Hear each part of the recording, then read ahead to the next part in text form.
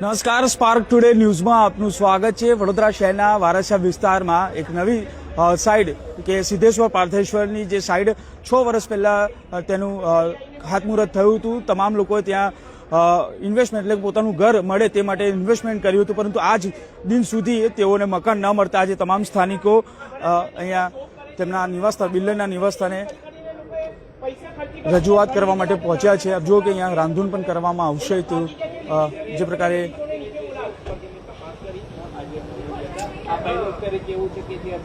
સિદ્ધેશ્વર પાર્થેશ્વર નામની આ સાઇડ છે કે જ્યાં આ તમામ રહીશોને મકાન અત્યાર સુધી પોઝેશન નથી મળ્યું।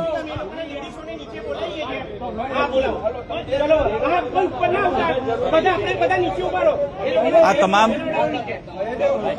આજે તમામ લોકો અહીંયા પહોંચ્યા છે। શું થયું, કેમ અહીંયા આવવું પડ્યું? સાહેબ હમણાં વાત કરી રહ્યા છે કેમ કે એ લોકો જોડે ઘણું એ લોકો બધા જોડે ફ્રોડ કરેલું છે। અમે ઓફિસે અમારી તો અહીંયા આવવાની ઈચ્છા જ નથી, પણ એ લોકોની ઓફિસો તાળા મારેલા છે, કોઈ ઘરે છે નહીં। એટલા માટે બધી પબ્લિકે નિર્ણય લીધો છે કે હવે અમે લોકો આ જગ્યાએ જઈએ, કેમ કે પબ્લિક ખરેખર બહુ હેરાન થઈ ગઈ છે। ઘરે બી ઓફિસ પરથી સરખો જવાબ મળતો નતો। 3 વર્ષથી લોકોના આસાનધારાના પૈસા લીધે, દસ્તાવેજના પૈસા લીધા પછી દસ્તાવેજ બી કર્યો છે, પણ ઘરમાં કંઈ કામ થયું નથી, તો કોઈ રહેવા જઈ શકે। એટલે આ લોકોથી પબ્લિક કંટાળી ગઈ છે, ઓફિસો બંધ છે। એટલા માટે નિર્ણય એવો લીધો છે કે એ લોકોના ઘર પાસે જઈએ અને ઘર પાસે જઈશું તો કઈ અમારું કઈ સમાધાન થાય। કે અમારી ઈચ્છા છે કે આ લોકોના પ્રમાણે બિલ્ડર કિશોરભાઈ પાંસુરિયા છે, સિદ્ધેશ્વર પાર્થેશ્વર ગધેડા માર્કેટ પાસે સાઇટ છે, અજબડી મિલ પાસે છે એ લોકોનું। ઘણા ટાઈમથી એટલે 4-5 વર્ષથી એ બધાએ લીધેલા છે, પણ કામ જ કઈ નથી થતું। ઓફિસે જાય તો કે કાલે કામ થશે, પરમ દિવસે કામ થાય। રીતના પબ્લિક ખરેખર હેરાન થઈ ગઈ છે। આ જે બી બધી પબ્લિક છે, આ બધી જે બધી પબ્લિક છે, ઉભારો, આ જે બધી પબ્લિક છે, કોઈ ઘરના વાસણો ઘસવા જાય છે, કોઈ ઘરના કચરા પોતા કરવા માટે છે, કોઈ એમના નાના નાના છોકરાઓને છોડીને લેડીઝો 12 કલાકની 8 કલાકની નોકરીઓ કરે છે, એવા લોકોના ઘર છે। કોઈ ત્યાં કરોડોપતિ લોકોના ઘર છે નહીં, એવા લોકોએ ત્યાં ઘર લીધેલા છે ને એ પબ્લિકને આ લોકો હેરાન કરે છે। તો અમારું કેવું એવું છે, અમારા બિલ્ડર કોઈ દુશ્મન નથી કે અમે એની જોડે દુશ્મની નથી જતા। અમારું કેવું એવું છે કે અમારી સાઇટ છે એનું કામ ચાલુ કરાવો, અમને ઘર અમને ટાઈમ પર મળવું જોઈએ। જે રેરામાં લખેલું છે કે આ તારીખ છે રેરાની, એ તારીખે અમને ઘર મળવું જોઈએ। અમારી એવી વિનંતી છે, અમારા કોઈ દુશ્મન નથી। જયારે ઓફિસિયલ લોક છે પછી બધા લોકોએ નિર્ણય લીધો છે કે અમે આ જગ્યાએ જઈએ, લેકિન અમારી તો કોઈ એવી ઈચ્છા નથી કે અમે લોકો આ લોકોને હેરાન કરીએ। પણ અમને આ લોકો 3 વર્ષથી હેરાન કરે છે, એટલે બધાએ નક્કી કર્યું છે કે હવે આનો કોઈ આપણે સમાધાન કરવા માટે હવે કંઈક તો આપણે કરવું પડશે। એના માટે મકાન લેવા માટે લોન પણ લીધી હશે, તો લોનો લીધી છે ને હપ્તા બી ચાલુ છે ને। અમુક લોકો જેની કઈ થોડી ઘણી પોઝિશન જેની સારી હતી, તો બિલ્ડરે એવું કીધું કે ભાઈ તમે લોકો પૈસા આપી દો તો તમારા અમે આસાનધારા બી કરી આપીશું, વેરા બધું અમે કરીને આપીશું। તો એ લોકોનું બી કશું કઈ કરીને આપ્યું નથી, એટલે પબ્લિક હેરાન થઈ છે। અમારું કેવું એવું છે કે બિલ્ડરનું એક જ કેવું છે અમારું કે અમારું કામ તમે કમ્પ્લીટ કરીને આપો। જે તમારી રેરાની તારીખ લખી છે એ તારીખ પ્રમાણે કરીને આપો। અમારા કોઈ દુશ્મન નથી, પણ આ લોકો જાણી જોઈને અમારી જોડે દુશ્મની કરે છે કે ભાઈ પબ્લિકને ઉગ્ર કરે છે, ભાગી જાય છે, આ લોકો એવું બધું કામ કરે છે। તમે કેટલા સમયથી ત્યાં મકાન નોંધાયું તો હજુ સુધી ક્યાં મકાન મળ્યું?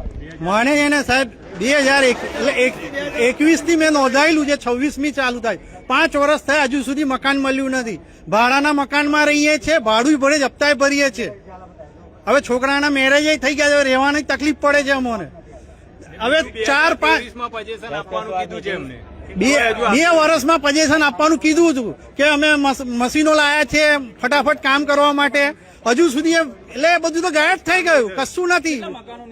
388 હા। તો હવે હજુ આ કેમ બિલ્ડર આવું કેમ કામ નથી કરતો, કેમ નથી આવતું? એની કારણે પૈસા જ નથી કહે છે ને, ખાલી ના કપડા જ ઉતાર નાખાય છે ને, કોણી પર ગોલ લગાડેલો છે બસ। મીટિંગ થશે વાયદા પર 5 વખત મીટિંગ થઈ, 5 વખત મીટિંગ લખીને પણ આવેલું છતાં નહીં કરતા। પેલું લખાણ છે બતાવો છો સ્ટેમ્પ પેપર પર। જે મકાન માટે તમે જે મકાન નોંધાયું એના માટે લોન લીધી હશે, તો હવે હપ્તા બી આપણે જ ભરવાના ને? છેલ્લા 5 વર્ષથી ભરું સાહેબ, 14,000 રૂપિયા હપ્તો આવે છે મારામાં, કહેતા હોય તો બતાવું ફોનમાં। 10 તારીખે તરત જ હપ્તો કપાઈ જાય, 14,000 નો। તો હવે શું કરવાનું? બિલકુલ આપ જો કે તમામ લોકો હેરાન પરેશાન થયા છે અને આપ જોઈ શકાય છે કે આ લખાણ પણ આપવામાં આવ્યું છે, તેમ છતાં પણ હજુ સુધી આ મકાન તેઓને આપવામાં નથી। આ પ્રકારના સિદ્ધેશ્વર પાર્થેશ્વર નામની સાઇટ છે ત્યારે અન્ય છે લોકો સાથે વાત કરીશું. શું કહેશો, ક્યારે મકાનનો નોંધણી કરાઈ હતી નહીં? 2021માં અમે મકાનની નોંધણી કરાવી હતી, પણ અત્યાર સુધી 2023માં પોઝેશન આપવાનું કીધું હતું, પણ અત્યાર સુધી કંઈ આપ્યું નહીં એમને. ને કામ એટલું બધું બાકી છે બધા જ ફ્લેટનું. 480 ફ્લેટ છે. તો હવે શું માંગ છે તમારી? અમારે જલ્દી જ ઘર મળી જાય. અમારે તો હપ્તા ભરાઈ છે ને ઘરનું ભાડું પણ ભરાઈ છે. એટલે જેમ કરીને એમ અમને વહેલું આપી દે તો સારું. ને બીજું કે હવે અમને પેપરમાં બધી જાણ મળી કે ભાઈ હવે તો ફ્રોડ થઈ ગયા છે, બહાર જતા રહ્યા છે, અહીં છે જ નથી. અમને જાણ પડી તો કે અહીં ઘર છે, તો પછી અહીં આવ્યા અમે.